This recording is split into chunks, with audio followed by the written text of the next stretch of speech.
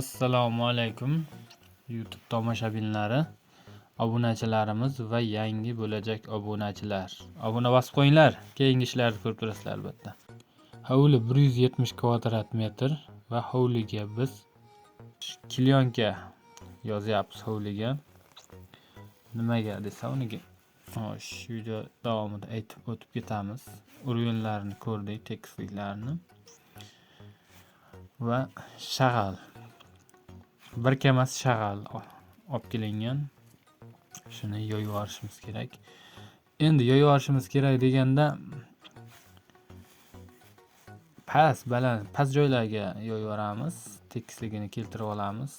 Klienkaga qaytadigan bo'lsak do'stlar, nima sababdan tashlay turganimizda, nima sababdan klienkani yozay turganimizni albatta aytib o'taman. Bu klienka agar sizni hovlingiz haddan ziyod sho'r bo'lsa, ya'ni sho'r deganda sho'r ko'tarilsa, po'rsillab turadigan bo'lsa, klienka, qora qog'oz,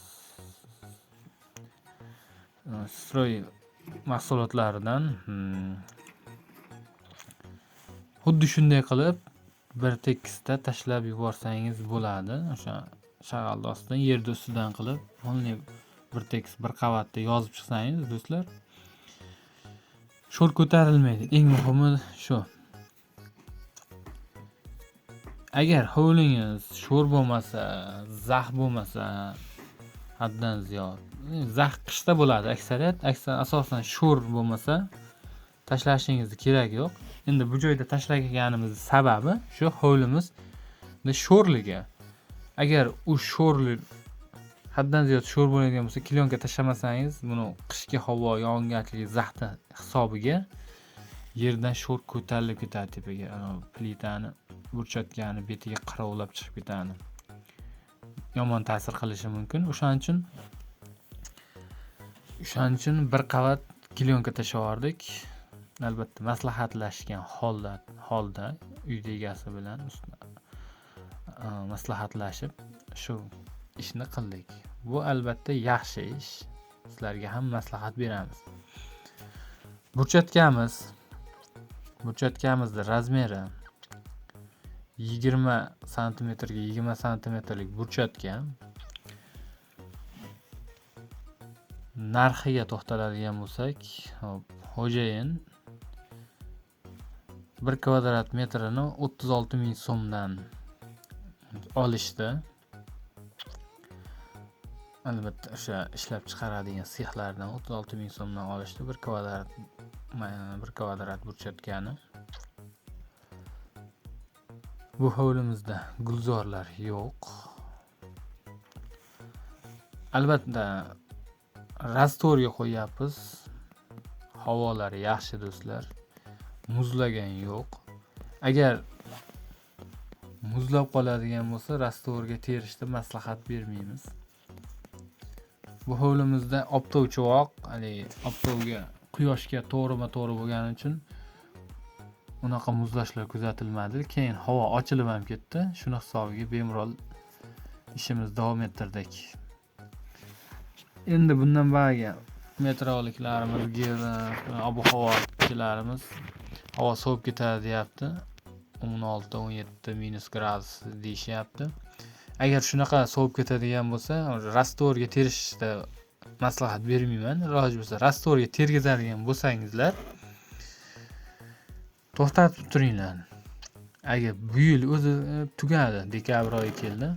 Hademay bahor keladi, kunlar isib ketadi. Bemalol rastorga tergizadiganlar, rastorga qiziqadiganlar, menga mustahkam kerak, rastorga tergizishim kerak degan ichimizda odamlar bo'ladigan bo'lsa, obunachilarimizdan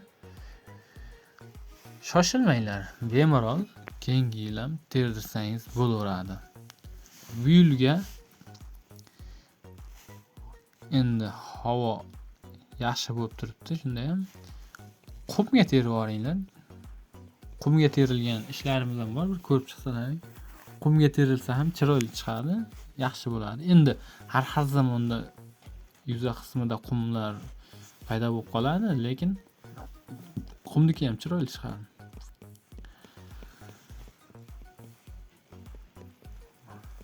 Burchatkamiz narxini aytib o'tdik. Razmeri 20 ga 20 santimetrlik. Hop. Nomini adashmasam, burchatkamiz nomini Sulton dedi. Shunaqa bo'lsa kerak. Uncha nomlariga nima ahamiyat beravermayman.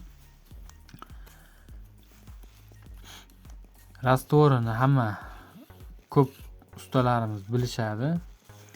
Metipisok ishlatamiz. Metipisok ishlatishimiz sababi ham bor. Nimagaki metipisok toza narsa bo'ladi. Misol yuvilgan gidrozin bo'ladi, yuvilgan narsa bo'ladi. Shibyonga nisbatan keyin mayda narsa bo'ladi. Ustalar yaxshi bilishadi. Sho'r chiqmaydi bundan. Sementdan sho'r chiqmasa, bundan 98% yaxshi narsa.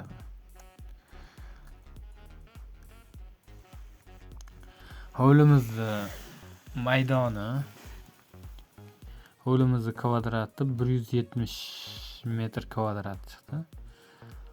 170 metr kvadrat maydonga bitta kamazda sariq shag'al, bitta kamazda shibyonka, bitta gaz 53 ta, metipisok va 1 tonna 400, 1 tonna 500, ya'ni 1,5 tonna deylik, sement ketdi. Hovlimizga gulzorga qiziqmadik. Qiziqishimizga ham hojat qolmadi. Negaki shunday darvozdan kirib qarasangiz, oldingizda 10 sotiklik огород bor. Bemalol xohlagancha narsa eksangiz bo'ladi. Shu tomoni qulayligi bor qishloq sharoitini, kengchilik.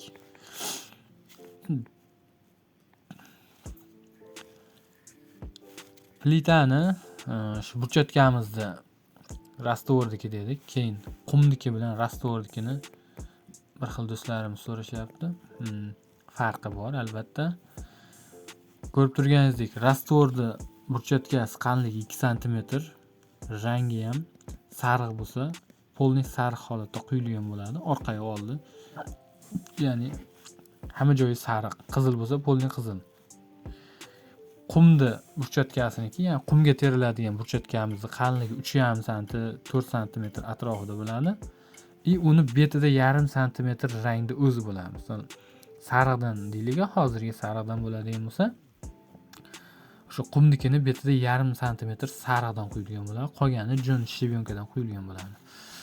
Keyin bu rastvorga teriladigan burchatkani do'stlar, albatta rastvorga tergizing. Qumnikini qumga, ikkovini o'rnini almashsa albatta bo'lmaydi. Nimaki rastvor burchatkasi qumga terilganda o'ynab ketadi. Lekin qumni burchatkasini rastvorga tersa bo'ladi. Kanalimizga obuna bo'lmaganlar obuna bo'lib qo'yinglar va yonida qo'ng'iroqcha tugmasi bor. Qo'ng'iroqcha tugmasini bosib qo'ysangiz, kelasi ishlarimizdan boxabar bo'lib turasiz. Va videomiz, ishimiz ma'qul kelganlar like tugmachasi sizlardan bitta biz uchun sovg'a, albatta. O'z ixtiyorlaringiz sovg'a. O'zlaringni qiziqtirgan savollarni kommentariyada yozib qoldiringlar yoki Telegram kanalimiz bor, albatta. Silkasini yozib qo'yaman opisiyaga. Bemalol o'tib, bu yerda ishlar ham bor, ko'rib qiziqtirgan savollaringizni yozib, голосовой, boshqami, telefon qirasizlarmi, albatta hammasi ishlab turadi. Bemalol murojaat qilaversa tortinmasdan.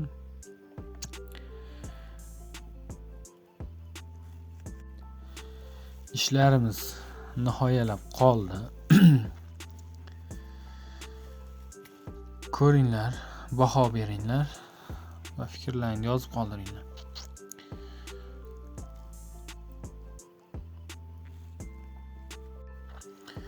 Xudo xohlasa, ob-havolarimiz yaxshi bo'lib tursa, quyoshli kunlarimiz oldinda bo'lsa, bemalol rastvorga burchatka tersa bo'laveradi. O'ylanmasdan Agar hovlingiz kattaroq bo'ladigan bo'lsa, misol 200 kvadrat, 200 kvadrat oshiqroq bo'ladigan bo'lsa, shoshilmaganingiz ma'qul. Chunki biz dekabr oyi qishda ichidamiz. Xohlasa qor, xohlasa yomg'ir yog'averadi.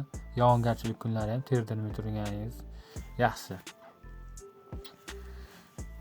Nimagaki yog'ingarchilik kunlari terilgan burchatkada yomg'ir yog'gan paytda o'sha burchatkani arasidan rastvor sementi yomg'ir suv bilan aralashib yuzasiga chiqib oladi. O'sha yuzasiga chiqqanda u sement burchatkani beti bilan nima bo'ladi-da, o'sha oqarib qoladi, keyinchalik rangi ochilmaydi, yaltiramaydi. Shuning uchun yog'ingarchilik kunlari ham terdirmaganingiz yaxshi. Ishlarimiz bitdi. Baho sizlardan kommentariyada fikrlaringizni kutib qolaman albatta. Javob berolmagan kommentariyalarim bo'lsa uzr. Chunki ayrim kommentariyalar yetib kelmayapti menga. Bilmadim nimadan. 2 kun, 3 kun deganda yetib kelyapti. Do'stlar, ko'ringlar. Ma'qul kelganlarga like. Obuna bo'lmaganlar eslatib qo'yaman. Kanalimizga obuna bo'lib qo'yinglar va qo'ng'iroqcha tugmasini bosib qo'yinglar.